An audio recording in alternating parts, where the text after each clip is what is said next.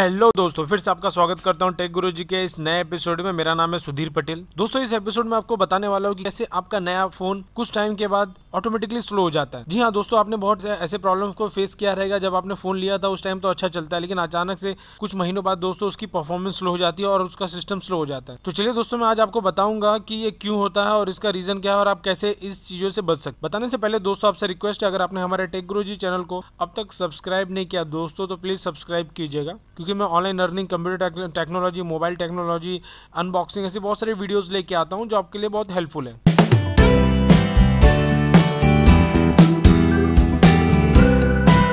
दोस्तों, जो सबसे पहला रीजन है वो है सॉफ्टवेयर अपडेट।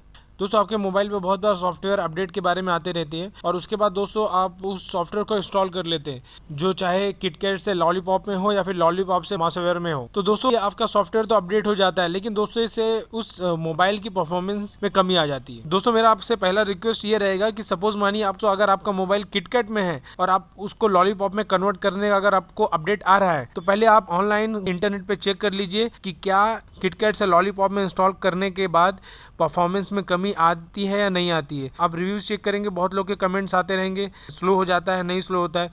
अगर आपको मालूम पड़ता है परफॉर्मेंस में कमी आ जाती है तो आप उसको मत अपडेट करिए। दोस्तों, जो दूसरा प्रॉब्लम है वो है हैवी एप्लीकेशन अपडेट। जी हाँ दोस्तों, आपके मोबाइल पे बहुत बार ऐसा आता रहेगा कि आपको इन्फॉर्मेशन तो दोस्तों प्ले स्टोर से मिल जाता रहेगा और आप अगर आपने अपडेट्स के लिए ऑप्शंस पे अगर टिक किया रहेगा तो आपको ऑटोमेटिकली अपडेट आपका एप्लीकेशन हो जाता है। तो दोस्तों मेरे ख्याल से उसको अनटिक करना चाहिए, क्योंकि अगर आपका मोबाइल वो उस चीज़ों के लिए कंफर्टेबल नहीं है, उस हैवी एप्लीकेशंस के लिए कंफर्टेबल नहीं है, तो आपको उसको अनटिक कर देना चाहिए। इसके इन्फॉर्मेशन आपको प्ले स्टोर से मिल जाता रहेगा। तो दोस्तों ये होता क्यों है, क्योंकि जो ये एप्लीकेशन के जो डेवलपर्स हैं जिन्होंने इस एप्लीकेशंस को बनाए रहते हैं, उनको पता रहता है कि मार्केट में बहुत सारे मोबाइल्स आ चुके हैं जो हम अगर उस एप्लीकेशन को अगर और डेवलप करते हैं तो वो उस फीचर्स को संभाल सकते हैं। इसके वजह से दोस्तों वो हैवी एप्लीकेशन को अपडेट कर देते हैं। तो दोस्तों एप्लीकेशन को अपडेट करने से पहले आप दो तीन चीज़ें कंफर्म कर लीजिए कि क्या कुछ नए फीचर्स वो एप्लीकेशन देने वाला है, कितनी मेमोरी को ऑप्टिमाइज करने वाला है। अगर कुछ ज़्यादा इंपॉर्टेंट फीचर्स नहीं मिलने वाला है उस एप्लीकेशन, तो दोस्तों उस एप्लीकेशन को इंस्टॉल करके कुछ मतलब नहीं है।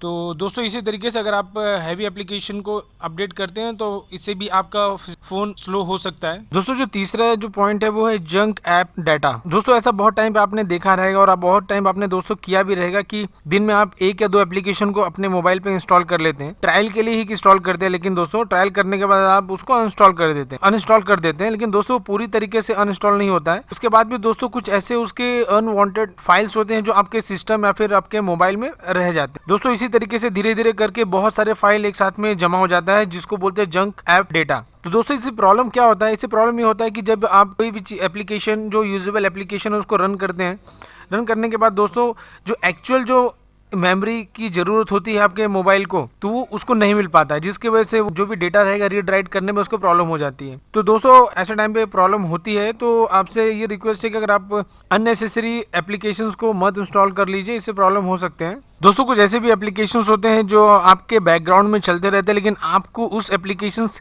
की कोई भी ज़रूरत नहीं होती है। तो दोस्तों उस एप्लीकेशन जिस एप्लीकेशन की आपकी जरूरत नहीं, उस एप्लीकेशन को आप बैकग्राउंड से हटा सकते हैं। और दोस्तों जो चौथा इंपॉर्टेंट चीज़ है वो है फाइल सिस्टम। दोस्तों फाइल सिस्टम में कैसा होता है कि आप बहुत टाइम पे अपने वीडियोस को रिकॉर्ड करते हैं, अपने फोटो कंटिन्यू जाता है और फोटो कंटिन्यू ऐड होते जाता है, एक के बाद एक रिकॉर्डिंग होती है, ऐसे बहुत सारी चीज़ें आप करते हैं।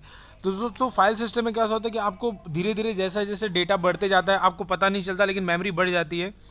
भरने के बाद दोस्तों एक टाइम होने के बाद धीरे धीरे वो भी दोस्तों आपके मोबाइल के परफॉर्मेंस को कम करने का एक सबसे बड़ा रीज़न है। तो दोस्तों आपको मैं कुछ इंपॉर्टेंट पॉइंट्स बताऊंगा, अगर वो करेंगे तो आई एम श्योर कि अपने मोबाइल्स के परफॉर्मेंस को बढ़ा सकते हैं। दोस्तों आप अपने मोबाइल के परफॉर्मेंस को बढ़ा सकते हैं, तो इसके लिए मैं आपको सजेस्ट करूंगा आप 1 महीना या 2 महीने में आप अपने मोबाइल को फैक्ट्री रीसेट कर दीजिए अपने डेटा को बैकअप करने के बाद। उसके बाद दोस्तों जो आपको इंपॉर्टेंट जो रिक्वायरमेंट एप्लीकेशन रहेगा उसको ही इंस्टॉल कीजिए, और साथ ही साथ में दोस्तों सॉफ्टवेयर अपडेट के भी चीज़ें आप ध्यान में रखिए। अगर आपको ज़रूरत रहे, कंफर्टेबल हो रहा है आप उस प्लेटफॉर्म को इंस्टॉल करने के बाद, तो ही वो सॉफ्टवेयर अपडेट कीजिए। और एप्लीकेशन अपडेट भी देख लीजिए कि अगर आपको रिक्वायरमेंट रहे, आप अपडेट करने के बाद अगर आपका परफॉर्मेंस अच्छा रहे तो ही उसको अपडेट कर लीजिएगा, वरना फिर मत कर लीजिए। तो दोस्तों इसी तरीके से अगर आप ये सब चीज़ों पॉइंट को अगर ध्यान में रखते हैं तो आप अपने मोबाइल्स के परफॉर्मेंस को अच्छा बना सकते हैं। आई होप दोस्तों आपको वीडियो पसंद आया रहेगा। इससे रिलेटेड अगर आपके पास कोई भी डाउट हो तो प्लीज़ मुझे कमेंट कीजिएगा, मैं आपकी डेफिनेटली हेल्प करूँगा। Thank you so much.